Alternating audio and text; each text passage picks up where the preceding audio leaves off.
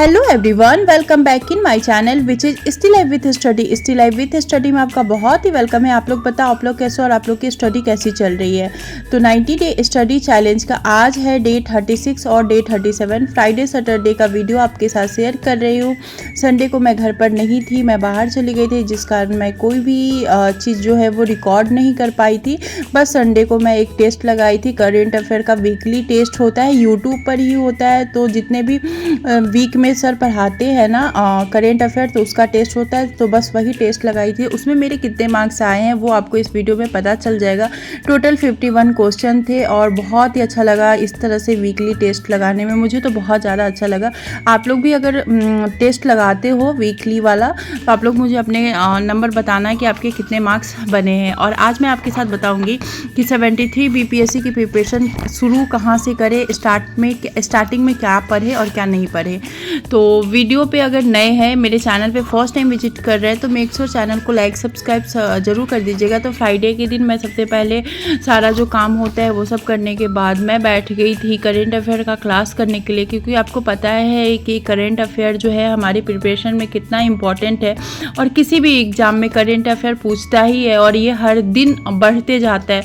तो इसका बैकलॉग लगाना ना बिल्कुल भी सही नहीं है। इसको बिल्कुल भी आप बैकलॉग नहीं लगाना। इसको आप हर दिन, चाहे आप कितना भी बिजी क्यों ना हो, अगर क्लास हो रहा है तो आप हर दिन पढ़ो, लिखो, समझो और फिर रिवाइज करो, क्योंकि रिवीजन भी हमारे कंपटीशन में बहुत ज़्यादा मतलब कि मायने रखता है। और ये कंपटीशन से ना मतलब कि थोड़ा सा सक्सेसफुल होने के लिए रिवीजन जो है बहुत ज़्यादा इम्पॉर्टेंट रोल जो है वो प्ले करता है। तो करेंट अफेयर का क्लास करने में मुझे 1.5 से पौने 2 घंटे लग जाते हैं, क्योंकि मैं लिखती भी हूँ तो बहुत सारा ज़्यादा ना रुक रुक के भी लिखती हूँ। तो यही 1:10 हो गया था और मेरा बाबू यहाँ पर बैठा हुआ था और मैं उसके साथ ही पढ़ रही थी। फिर नेक्स्ट डे सैटरडे आपको पता ही है कि मेरी बेटी का कैरेक्टर था झांसी की रानी का, थोड़ा सा चेंज हो गया था। मैंने पहले से एक पोएम टाइप से प्रैक्टिस करवाया था, बट लास्ट में पता चला कि स्पीच देना है। बट ये है अच्छा हुआ कि इसने लर्न कर लिया था, मतलब 1-2 बार ही इसको बताना पड़ा, ज़्यादा इसको नहीं प्रिपेयर कराना पड़ा। 1-2 बार ही मैं बताई हूँ, उसके बाद ये बहुत ही अच्छे से वहाँ पे दी थी, मंच पर दी थी। इसलिए मुझे अच्छा लगा, क्योंकि उतने सबके सामने मंच पर माइक में बोलना और इतने कॉन्फिडेंस से बोलना, मुझे वही चाहिए था। और इसने अपना 100% दिया। उतना बेटर तो नहीं, लेकिन जितना भी दिया इसने बहुत ही अच्छा दिया। तो यही सब था। और इसके बाद मैं दोपहर का टाइम था, जैसे कि मेरी बेटी स्कूल से आई थी तो पहले मैं उसको ड्रेस पहना करके तब प्रैक्टिस करवा रही थी।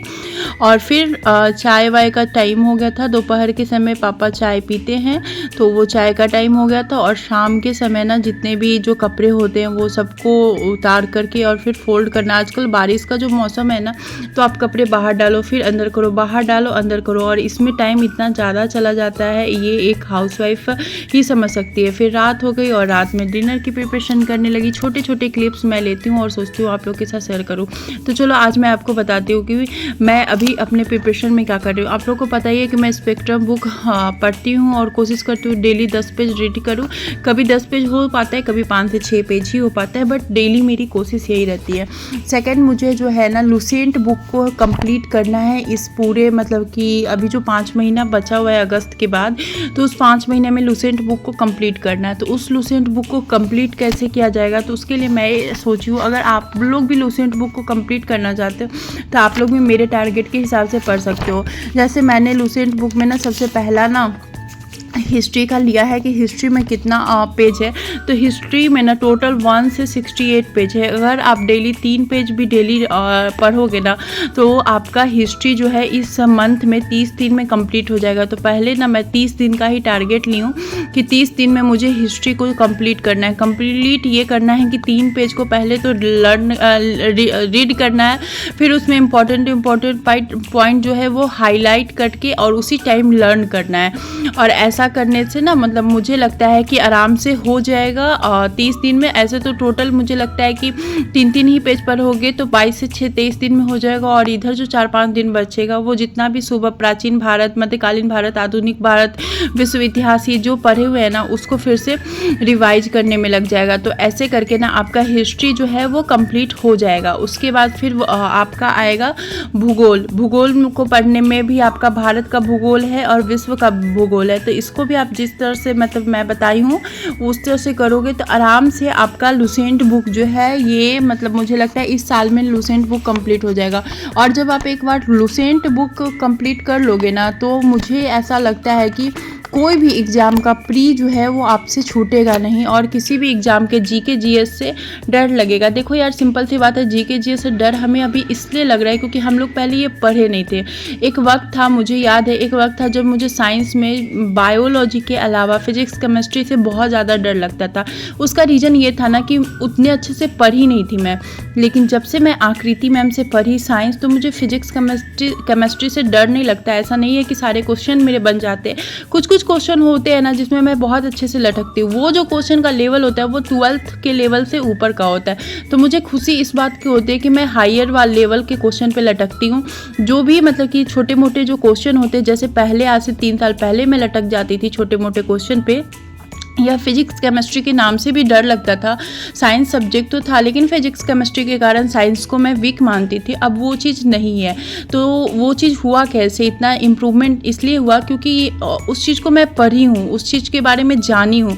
तो जीके जीएस से अभी डर इसलिए लगता है क्योंकि मैं जीके जीएस के बारे में नहीं जानती हूँ, जीके जीएस को नहीं पढ़ी हूँ। तो आप एक बार जब जीके जीएस को अच्छे से पढ़ लोगे आपको कोई भी प्रॉब्लम नहीं होगा। बहुत ही अच्छे से जीके जीएस में आप ब्रिलियंट हो जाओगे, ये तो मैं कहूँगी। तो यही सब है। आप लोग भी अगर इस तरह से प्रिपरेशन करना चाहते हो, 30 दिन का टारगेट लेना चाहते हो हिस्ट्री का, तो मेरे साथ ले सकते हो। पहले पूरा टारगेट तो नहीं लो, पहले सिर्फ हिस्ट्री का लो और इस तरह से करके एक मतलब कि 5 से 6 महीने में आपका लुसेंट बुक जो है वो पूरा कंप्लीट हो जाएगा। कोई भी प्रॉब्लम नहीं होगा। एक बार बैठोगे और कोई कहता है ना, वीडियो सब रहता है कि 1 महीना में पूरा लुसेंट बुक पढ़ना है, 1 महीना में ये कर लो, 1 महीना में वो कर लो, तो उसमें बहुत ज़्यादा प्रॉब्लम होता है और उससे हो भी नहीं पाता है। तो यही सब था। सैटरडे के दिन बेटी को रेडी करके उसको स्कूल भेज दी थी और फिर मैं दोपहर के समय उसको स्कूल से लाने भी गई थी। और अच्छा लगता है, अब टाइम थोड़ा सा कम मिलता है लेकिन इसी में मेरी स्टडी होती रहती है। संडे के दिन मैं ज़्यादा पढ़ाई नहीं की थी, मेरे पास बस सुबह का टाइम था क्योंकि मुझे कहीं जाना था अपने हस्बैंड के साथ, अपने बच्चों को लेकर के ही।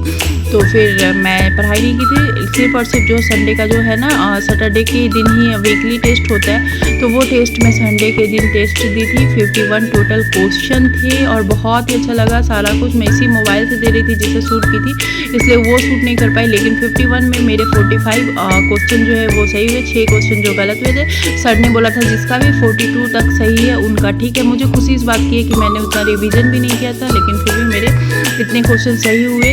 तो चलो, चैनल पे फर्स्ट टाइम विजिट करें तो मेक श्योर चैनल को लाइक सब्सक्राइब जरूर कर दीजिएगा और मेरी इस जर्नी में आप लोग भी साथी बनिए। तो बाय बाय, टेक केयर। अब मिलूंगी नेक्स्ट स्टडी स्लॉट में। Bye bye.